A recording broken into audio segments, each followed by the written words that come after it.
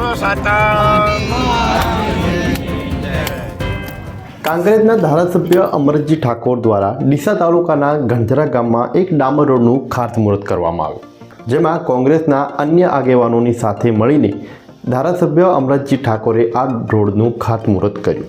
સાથે જ ધારાસભ્ય અમરતજી ઠાકોરે પોતાના ભાષણમાં જણાવ્યું કે હાલ હું જે વિકાસના કામો કરી રહ્યો છું એ સામે પ્રવાહે ચાલીને કામ કરી રહ્યો છું.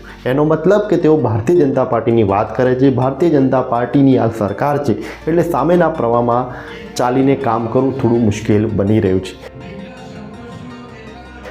એમણે જણાવ્યું કે આવનારા સમયમાં જ્યારે કોંગ્રેસની સરકાર બનશે ત્યારે વિકાસના કામો ખૂબ જ જોરશોરથી શરૂ થઈ જશે.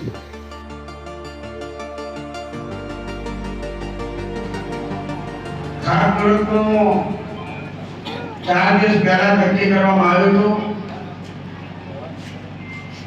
અને જોબ નંબર પડી જાય પણ તમારે આકાશ હોય ને કે ખાતમુહૂર્ત ચાલે થાય. દાદાનો જે શેડ છે એ શેડ પણ લગભગ મંજૂર થઈ ગયો છે, વહીવટી પ્રક્રિયામાં છે.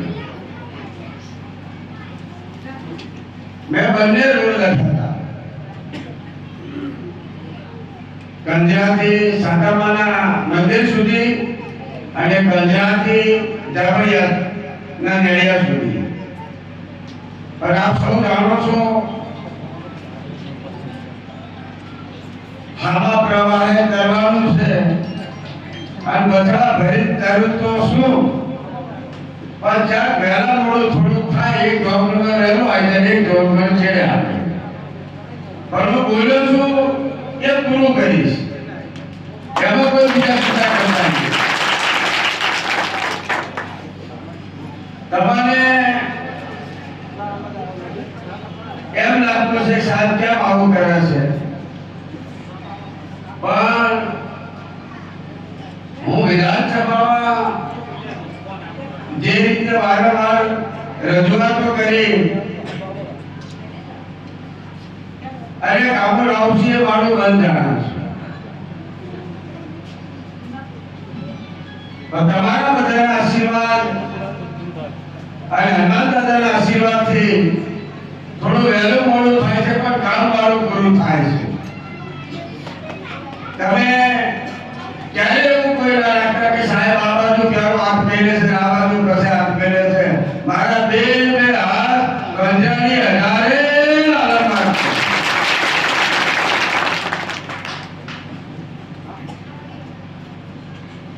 વિવાહ પત્યા પછી હજી આરામ લીધો નથી ભગત. 3 તારીખે વિવાહ પત્યા છે, 4 તારીખથી સતત કાર્યક્રમો ચાલુ છે.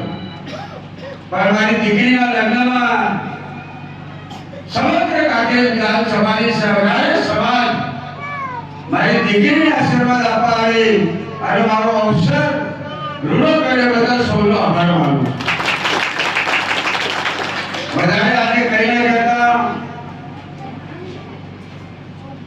પરંતુ 3 મહિનાનું બજેટ સેશન આવશે અને 3 મહિનાના બજેટ સેશન પછી નવી જે અમારી જોબ નંબરની ગ્રાન્ટ આવે એમાં પૂરા પ્રયત્નો કરીશ. બાકીનો લોડ જે રહી ગયો છે એમાં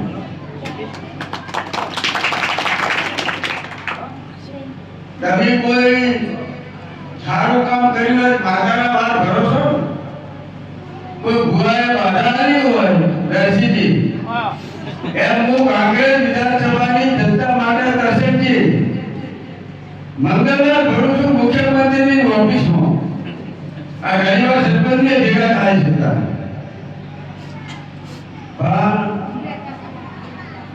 આ ઘડિયા દર્શનજી ભગતને બધા બેઠા છે. કહેવત છે કે હા ખાઈ હો ગૌ જવા.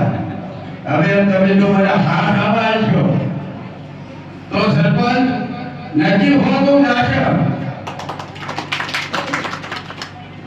કેટલા વિઘ્નો આવે છે, વિઘ્ન સંતોષીઓ કેટલા રોડો નાખે છે.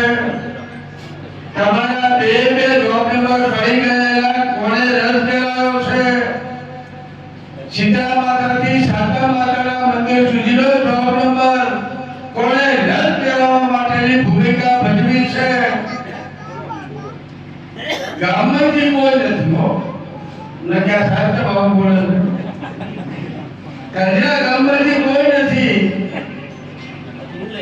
પણ દિવ્ય સંતોષી માણસો વર્ષો જૂની લોકોની સમસ્યા હું કઈ રીતે સમસ્યાનું નિવારણ કરું અને સમસ્યાના નિવારણમાં કઈ રીતે રૂકાવટ થાય એવી નિમ્ન કક્ષાની રાજનીતિ વિદ્યા સંતોષો રમી રહ્યા છે પણ જ્યારે જ્યારે હનુમાનજીના પગે લાગુ છું જોગણીના પગે લાગુ છું કાળકાને પગે લાગુ છું મહાબળવીરને ચોહાણ જોગણીના પગે લાગુ છું ત્યારે એક જ અરજ કરું છું મારા વિસ્તારમાં વિકાસનું કામ લઈ અને હું જ્યાં જોઉં ત્યાં તું ભેગી રહેજે